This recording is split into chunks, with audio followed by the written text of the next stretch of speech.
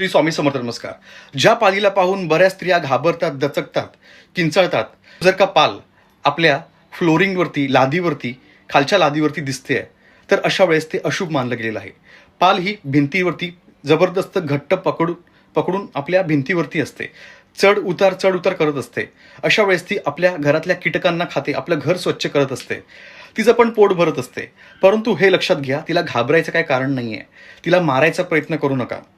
मित्रांनो, जर का दोन पाली एकमेकांसोबत भांडताना दिसत आहेत परंतु ते अशुभ मानलं गेलेलं आहे. घरामध्ये जर का तुम्ही उभे आहात आणि कधी कधी पालीची पकड घट्ट नसेल, ती खालती पडते, आपल्या पायावरती पडते, खास करून उजव्या, अत्यंत शुभ मानलं गेलं आहे. आपल्या चेहऱ्यावरती, आपल्या खांद्यावरती पडते तर ते अत्यंत शुभदायक मानलं गेलं आहे. आपल्या देवघराच्या जवळपासच किंवा आतमध्ये पाल जर का येताना तुम्हाला दिसते, खास करून जर का 3 सांजेला, तर ते लक्ष्मीवर्धक, धनवर्धक मानलं गेलं.